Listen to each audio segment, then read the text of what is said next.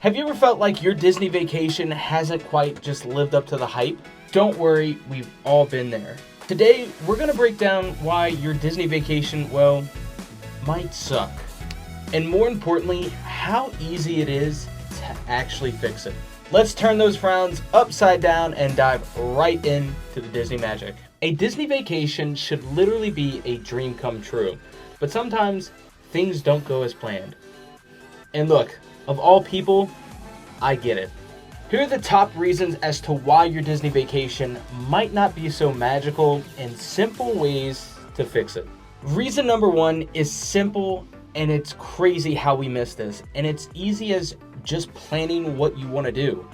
So many people go into Disney and completely avoid planning what actually needs to happen. Disney is so big, especially if you're going to Disney World. Of all parks, it is massive.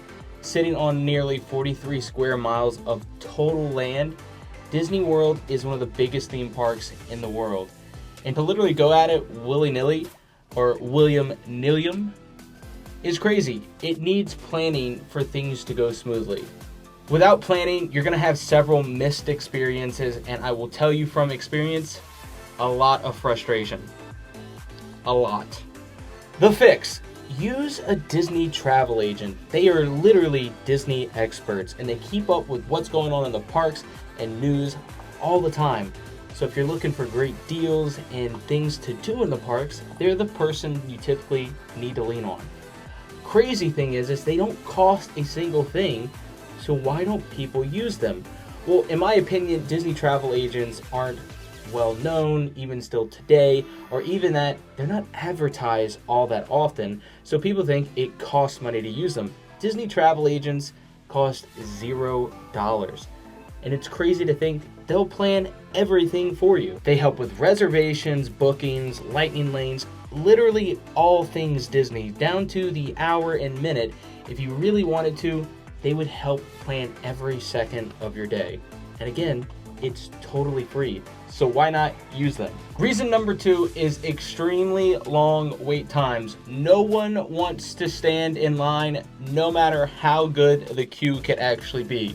Look, Disney of all theme parks puts a lot of time into developing a queue that's going to be interactive over the last few years to really not only get your kids engaged, but to help you avoid the absolute death and despair of boredom. But with all that said, the long lines that Disney typically has literally kills the magic for most people. The fix. Here are 3 things that you can do to help avoid the lines. 1, utilize lightning lanes. This is a paid service, so if you don't want any extra cost, avoid this one. But lightning lanes help you basically skip the line. It's a pay service that allows you to get into other lines instead of the standard standby queue or line that you would have to stand in hours to ride a ride, especially at busy times. You can pay to basically help skip the line. It's not always going to be all the way to the front, but it definitely moves a lot faster. Number 2 is rope drop the park. This one is very important.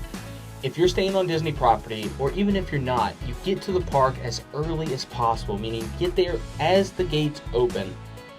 You will miss majority of the crowds that are just taking the time strolling in. A lot of families and stuff like that typically get there later. So if you can get to the park as soon as they open, or if you have early entry and you rope drop way before everybody else, you can get majority of the big e-ticket attractions done, and you won't have to worry about standing in the long lines that they typically attract. And number 3 is utilize downtimes. Try your best to not go during the busiest times of the year. Now, if you have like certain time that you can take off and you can't help it, okay, just know that you're gonna have to prepare yourself for long lines. If you can prepare though, don't go during the summer, don't go during Christmas, and don't go during spring break. Those are like the 3 busiest times of the year. So go like really early in the year, like January, early February. Go during like September, October-ish months. Those times of the year will typically be a lot slower, and you won't have as many crowds and long lines to deal with on a regular basis. Number 3 is the massive amount of people that are at the Disney parks, huge crowds, and absolutely feeling like you're overwhelmed the entire time you're there.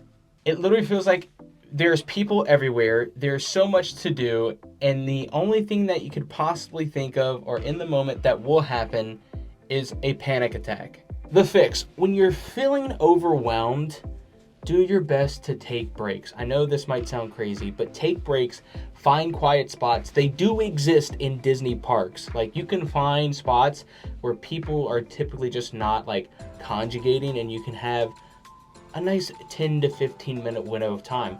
Secondly, utilize your hotel. Whether you're on property or off property, you're probably not going to be that far. Utilize your hotel. Go back, get away from the crowds, get out of the sun. Take a second to dip in the pool, lay down, relax for an hour or two. It's not going to kill you, trust me. And if you plan, like, whenever it's like people are just getting back to the park and when they're taking lunches, like, you can utilize those times to help yourself relax and recover. To help with crowds, to piggyback off of reason 2, another way that you can help with just like overall crowds, not just lines, but how many people are actually in the park, is to go during the middle of the week. Everyone goes on the weekend, especially for those who are out of towners who are taking long-winded vacation. They typically start on the weekends or end on the weekends.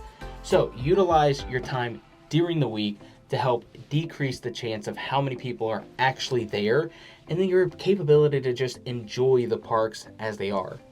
Number 4 is Disney in and of itself is expensive. Now, I'm not going to say it's like always the most expensive, because there are times when other theme parks might be more expensive depending on what you want to do. But in general, theme park vacations nowadays as a whole almost feels like you have to rob a bank to go. From the outrageous prices of food and hotels to ticket purchases and your souvenirs that you want to have, it almost feels like you have to take out a bank loan to realistically afford a Disney vacation almost any time of the year. The fix: set a budget early. And what do I mean? Before you guys even get to the parks. When you start planning your Disney vacation, let's just say most people typically know 6 months or greater that they're going to go on a Disney vacation. One, you have to plan for how much it's going to cost. Again, utilize a Disney travel agent to get your best deal and to keep up with those discounts that come out throughout the year. But on top of that, set your budget. Don't think that you have to just blow everything out the water and hate yourself for how much you spend and go into bankruptcy. Like, you can pretty much find budgets for all Disney trips on the experience level that you're wanting to look for.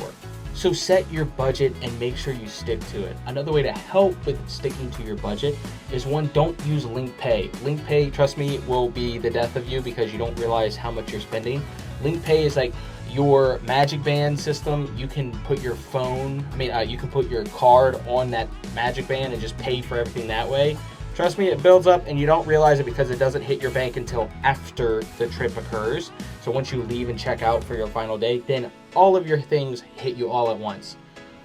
So what I would say is, when you're setting your budget, make sure that the things that you're paying with while you're at the parks are on gift cards.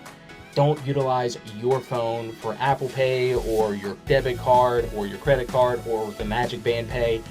Use gift cards beforehand. Load a bunch of money up before and be like, this is the money that I'm allotted, and once I run out, I kind of run out, and then I can just kind of pick and choose what I need to do thereafter. And reason number 5 as to why your Disney vacation might suck, realistically, and I think this is one of the most important, is that you are completely overpacked for your schedule. Trying to do everything at the Disney parks is exhausting. It doesn't even feel like a Disney vacation. It more feels like a marathon that you ran over the course of 3 to 5 days, and you never had a break except for to sleep at night.